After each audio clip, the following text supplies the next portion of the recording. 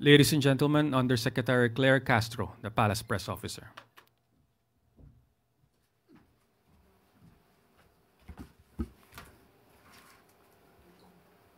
Magandang araw, Malacanang Press Corps. Mga bagong Pilipinong bayani, pinarangalan ni Pangulong Marcos Jr. Bilang pagkilala sa katikilaan ng ating mga kababayang OFW, pinangunahan ni Pangulong Ferdinand R. Marcos Jr. ang Bagong Bayani Awards 2025 ngayong araw sa Malacanang.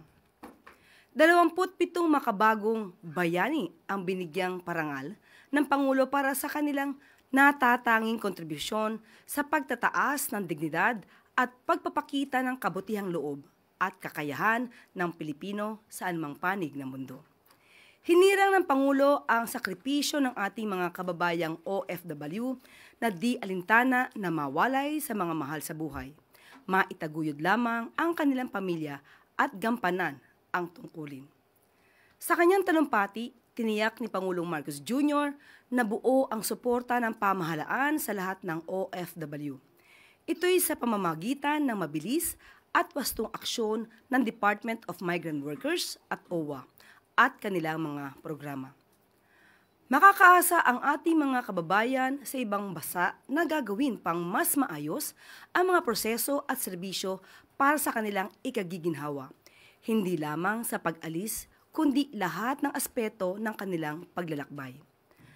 Kabilang dito ang digitalization ng serbisyo gaya ng OFW Travel Pass sa eGov.ph app at Online Employment Contract Verification System.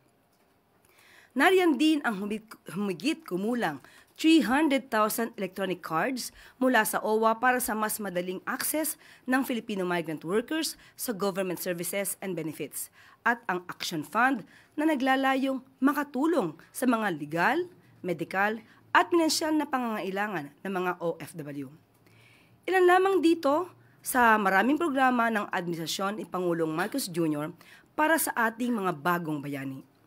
Ang mga hakbang na ito ay patunay na dedikasyon ng pamahalaan upang gabayan at pasalamatan ang ating mga huwarang OFW. Muli, maraming salamat po at mabuhay kayo, aming mga bagong bayani.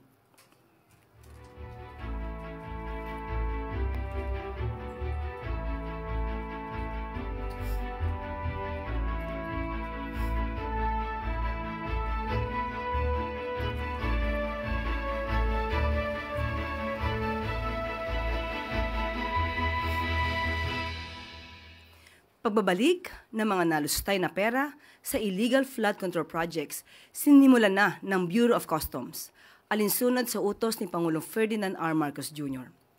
Bilang tugon sa utos ni Pangulong Marcos Jr. na maibalik ang pera ng taong bayan mula sa mga maanumalyang flood control projects. Sinimulan na kaninang umaga ang pag-auction sa 7 mamahaling sasakyan ng mga diskaya na nakumpiska ng Bureau of Customs. Patunay din ito sa hangarin ni Pangulong Marcos Jr.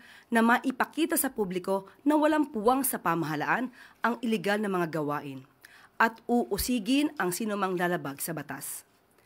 Ayon sa BOC, sa pangunguna ni Commissioner Ariel Nepomuceno, makakaasa ang taumbayan na lahat ng proceeds mula sa auction ay agad na iririmit sa National Treasury. Ibig sabihin, buong-buo na maibabalik ang pondo sa kaban ng bayan. Sa ngayon, inaasahang maibabalik sa taumbayan ang mahigit 103 million pesos mula sa 7 mamahaling sasakyan na nakumpiska sa mga diskaya. Ayon sa ahensya, simula pa lamang ito sa mga hakbang ng pamahalaan upang maibalik ang pera ng taumbayan. Mayroon pang 14 na construction companies ang kanila ring binabantayan sa ngayon.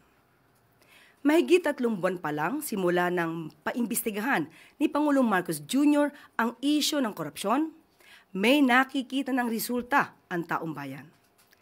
Isa itong patunay sa seryosong paghahabol ng Pangulo sa mga iligal na gawain ng mga korap sa pamahalaan. Gagawin natin ngayong auction, ito ay hindi lamang upang makalikom tayo ng more than 110 million minimum possible proceeds from the luxury vehicles. Mas importante dito sa pera o pondo na maaari natin makuha ay ang simbolismo at ang pagpapahalaga natin na pag ikaw ay gumawa ng mali, ikaw ay mananagot at ang pera ng bansa dapat ay pakinabangan ng ating mga kababayan. League of Provinces of the Philippines, nakatakdang bumisita kay Pangulong Ferdinand R. Marcos Jr. ngayong hapon. Inaasahang magbibigay ng courtesy call ang LPP ngayong hapon kay Pangulong Marcos Jr. Layunin ng courtesy call ng LPP na maipaabot ang kanilang suporta sa liderato ni Pangulong Marcos Jr.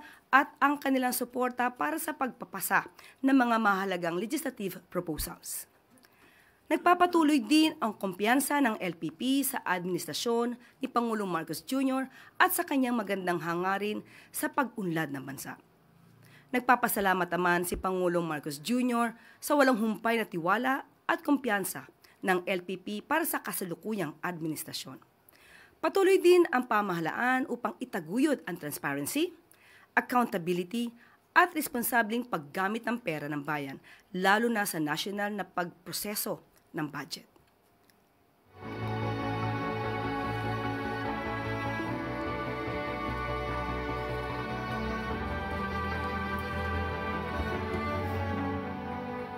At dito na po nagtatapos ang ating press briefing.